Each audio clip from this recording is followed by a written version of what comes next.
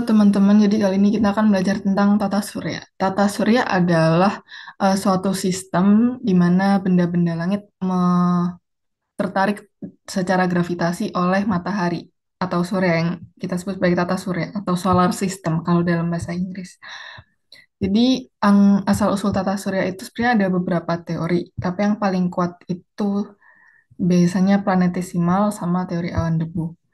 Yang pertama ada teori kabut. Menurut teori ini, tata surya bermula dari sebuah kabut atau nebula raksasa yang mengalami kontraksi gravitasi dan mulai memampat gitu, mulai tertarik ke tengah dan menghasilkan sebuah bintang. Kemudian dia bergerak berotasi dengan kecepatan yang lambat dan cakram-cakram tepinya ini karena di tengah ada bintang ya dan sisa-sisa eh, gas debu dan sisa nebula itu bertabrakan, mempunyai massa dan gravitasi, kemudian membentuk planet dan benda-benda tata surya lainnya.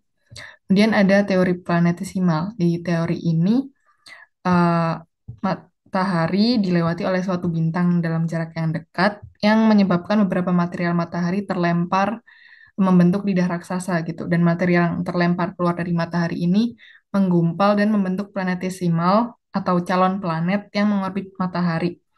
Terus antara planetesimal ini bertubrukan dan jadi semakin besar yang menjadi planet. Seperti itu. Kemudian ada teori pasang surut. Ini adalah teori di mana tata surya terbentuk dari bintang-bintang besar yang melintasi matahari dan menimbulkan gaya gravitasi pasang surut.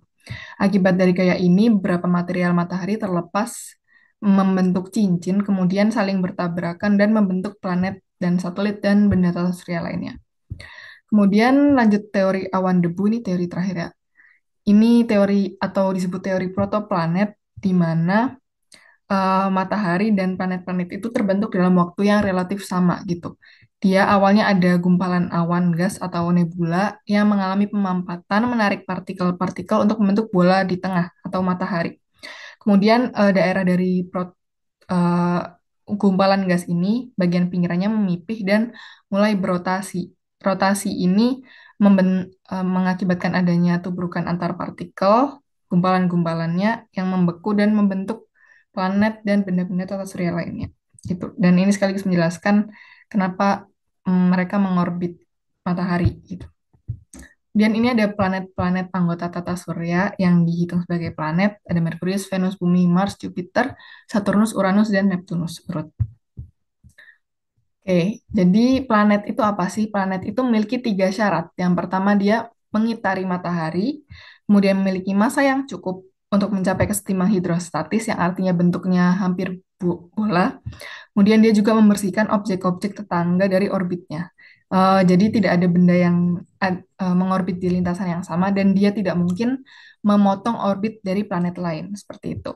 Makanya Pluto udah nggak dianggap planet kan. Kemudian dwarf planet atau planet kerdil ini benda lain di tata surya yang syaratnya mengitari matahari, bentuknya hampir bola, namun orbitnya belum bersih dari objek-objek lain dan dia bukan termasuk satelit. Nah, Pluto udah masuk di sini, di definisi dwarf planet. Kemudian kalau suatu objek itu cuma memenuhi syarat yang pertama atau mengitari matahari, dia termasuk small solar system body. Ini contohnya asteroid, komet, trans-Neptunian object, dan lain sebagainya. Oke, pengelompokan planet itu eh, ada berdasarkan beberapa kategori.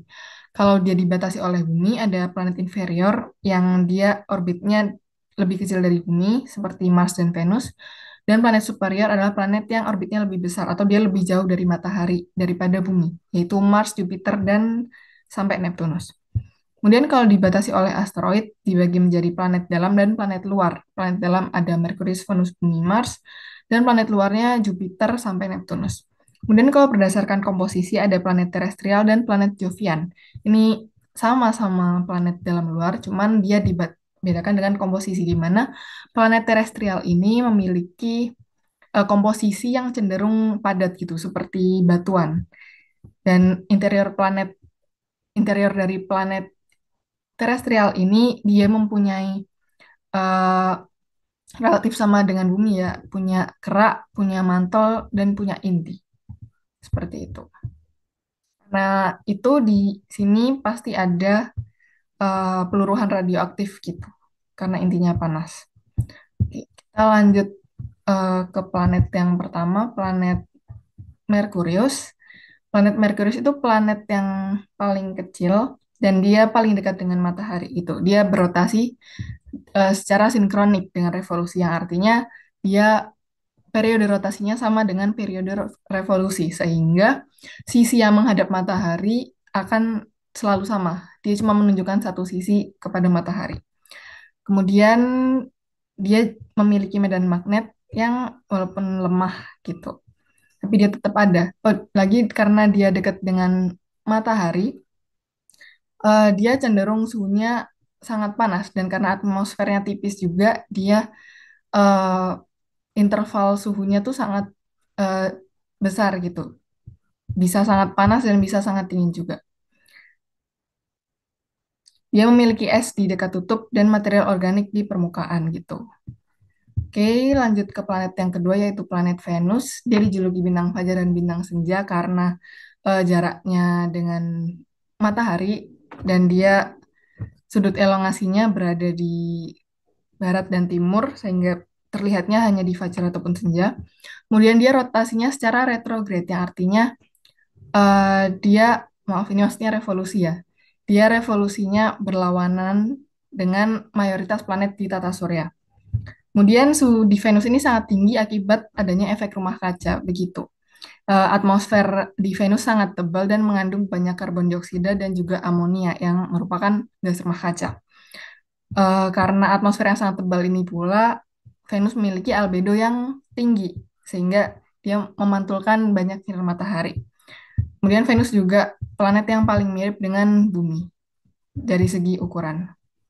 Seperti itu. Venus ini seharusnya merupakan habitable planet, tapi karena atmosfernya sangat berat gitu, tekanan atmosfernya sangat tinggi, dia nggak bisa dihuni. Oke, kita lanjut ke Bumi. Bumi itu planet kita, satu-satunya planet yang bisa dihuni di tata surya. Dia punya bergerak eh, dengan presesi dan nutasi. Ini presesi itu perubahan perlahan dalam sumbu orientasi. Kalau nutasi itu gerakan kecil yang menyebabkan variasi sudut kemiringan.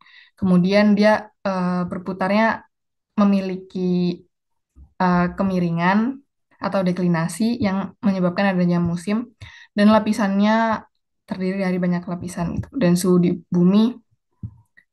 di inti bumi utamanya sangat tinggi. Seperti itu. Kemudian bumi punya satelit cuma satu yaitu bulan. Terus lanjut ke Mars. Mars itu punya medan magnet yang lemah, intinya punya besi dan besi sulfida, dan Mars ini punya atmosfer yang tipis terdiri dari karbon dioksida. Adanya atmosfer yang tipis ini menyebabkan di Mars itu ada badai dan angin gitu. Ya sehingga permukaan Mars ini tertutupi oleh pasir. Dan karena warna Mars kemerah-merahan, Mars itu bagian luarnya mengandung besi. Seperti itu. Kemudian Mars ini mempunyai dua satelit alami yaitu Phobos dan Deimos, yang mana Phobos ini mendekat ke Mars dan Deimos berjauhan, kalau tidak salah, menjauhi Mars. Oh iya, di kutub Mars juga ada es dan sehingga di sini diasumsikan ada air seperti itu. Ini kawahnya. Kawah ini dipengaruhi oleh atmosfer ya, teman-teman. Oke, kita pindah ke planet Jovian. Planet Jovian itu eh, planet yang komposisinya gas. Dia cenderung terbentuk oleh banyak gas. Sehingga kepadatan rata-ratanya jauh lebih rendah daripada planet terestrial. Walaupun dia besar, dia cenderung ringan seperti itu. Oke, yang pertama ini ada planet Jupiter. Dia jaraknya ada di 5,2 SA dari matahari dan sepenuhnya terbuat dari gas, hidrogen, dan helium. Dia juga planet tata surya terbesar yang punya pita berputar ini, pita awan ini terbentuk dari gas ini ada di atmosfernya, pita-pita. Kemudian inti Jupiter ini non logam, tapi karena tekanan besar, inti dari Jupiter menjadi hidrogen metalik. Karena Jupiter gravitasinya besar, dia juga bertindak sebagai penyedot debu raksasa. Dia menahan gravitasi dari sabuk asteroid seperti itu. Kemudian Jupiter juga punya 4 cincin yang besar, maaf, 4 bulan yang besar, 4 satelit alami yang terbesar. Walaupun banyak ya, aslinya 63. Yang pertama ada Ganymede, ini bulan terbesar di tata surya. Kemudian ini ada Kalisto, kemudian ini ada Europa. Europa ini tertutup oleh cangkang es sehingga dia punya air di bawahnya. Dan yang terakhir Io, di sini dia aktif secara vulkanis dan menyemburkan belerang. Oke, lanjut ke Saturnus ya, planet selanjutnya. Saturnus ini terbuat dari hidrogen dan helium juga, dan dia ini sangat ringan, dia kurang padat dibandingkan air. Jaraknya 9,6 satuan astronomi dari matahari. Dan ciri khas utamanya adalah dia punya cincin. Cincin dari Saturnus ini sangat besar dan dia mempunyai banyak lapisan cincin gitu. Urutannya dari yang paling dekat itu cincin D, cincin C, cincin B, kemudian ada Cassini division atau jarak rongga gitu. Kemudian lanjut cincin A, cincin F, cincin G, dan terakhir cincin E. D, C, B, Cassini A, F, G, E. Seperti itu. Kemudian bulannya, dia yang terkenal ada Titan, satelit alaminya. Dia memiliki banyak minyak dan gas alam. Fun facts-nya. Dia mengandung hidrokarbon. Lanjut ke planet Uranus, dia jaraknya 19,2 SA dari matahari, sangat jauh. Terbuat dari hidrogen, helium, dan metana dan berputarnya miring. Dia juga punya cincin, tapi cincinnya kurang terlalu kelihatan ya. Dan dia bulannya banyak. Kemudian terakhir nih ada Neptunus. Neptunus itu jaraknya 30,1 SA, dia cenderung dekat sama Uranus ya. Dia terbuat dari gas, lagi-lagi hidrogen, helium, dan tambahan metana, dan metana ini yang bikin dia biru. Di sini ada badai yang kuat sekali, dan dia juga punya cincin yang samar. Dan bulannya juga banyak. Oh, di planet Jovian, cirinya selain gas dan ukuran planet yang besar, mereka punya cincin. Yang paling kelihatan tapi punya Saturnus aja. Oke, ini eh, satelit dari Neptunus yaitu ada Triton. Tahu dia ini terdiri dari es dan terdingin di tata surya. Oke, kita lanjut ke ini ada fact sheet-nya ya, teman-teman. Ke asteroid. Asteroid ini benda angkasa yang terdapat di Mars dan Jupiter.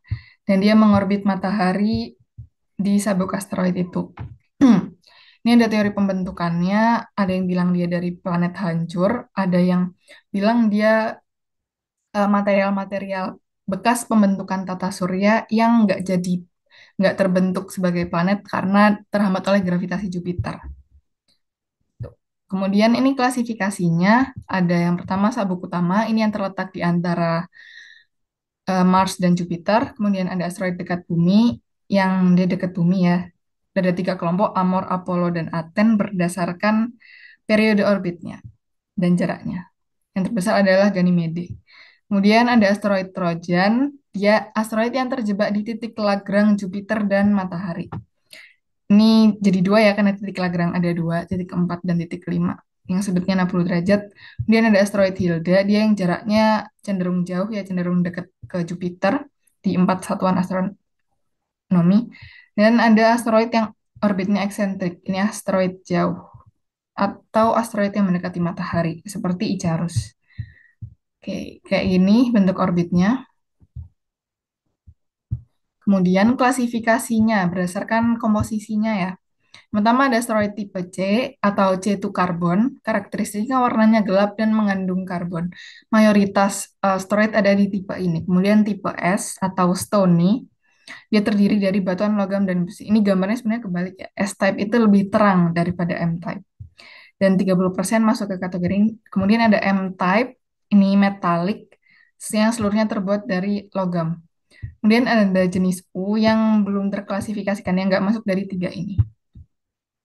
Oke, kita lanjut ke komet. Komet itu gumpalan es kotor yang diameternya beberapa kilometer, terbentuk dari campuran es dan batu. Ciri khas komet adalah dia punya ekor, dan dia orbitnya sangat oval ya, eksentrisitasnya tinggi. Kemudian si ion ini, si ekor ini makin besar kalau dia mendekati matahari. Dan ekor ini gerakannya pasti ada di daerah yang berlawanan dari jarak mataharinya. Seperti itu. Komet ini berasal dari awan Oort yang ada di luar Neptunus dan ada beberapa yang periodenya pendek seperti itu. Kemudian ada meteoroid. Meteoroid ini anggota tata surya yang berasal dari komet dan pecahan asteroid gitu. Dia mengelilingi matahari, tapi karena ukurannya kecil, orbitnya sulit dideteksi.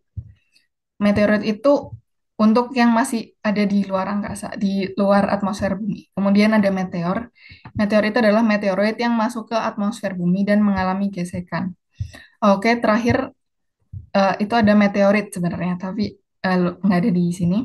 Meteorit itu meteor yang berhasil masuk dan masih berbentuk padatan sampai ke permukaan bumi, seperti itu. Dan dia kalau meteor ini kalau masuk ke atmosfer bumi nyala kelihatannya. Selanjutnya ada objek transneptunian. Ini adalah objek yang berada di luar orbit Neptunus. Ini ada sabuk. Yang pertama ada sabuk Kuiper. Gitu. Objek ini biasanya terdiri dari komet ataupun planet kerdil. Seperti itu. Kemudian ada awan Oort. Awan Oort ini bentuknya bola dan dia sumber dari komet periode panjang. Oh ya, komet itu dibagi menjadi komet periode pendek dan komet periode panjang berdasarkan tempat pembentukannya. Yang mana komet periode panjang ini terbentuknya dari awan Oort. Seperti ini.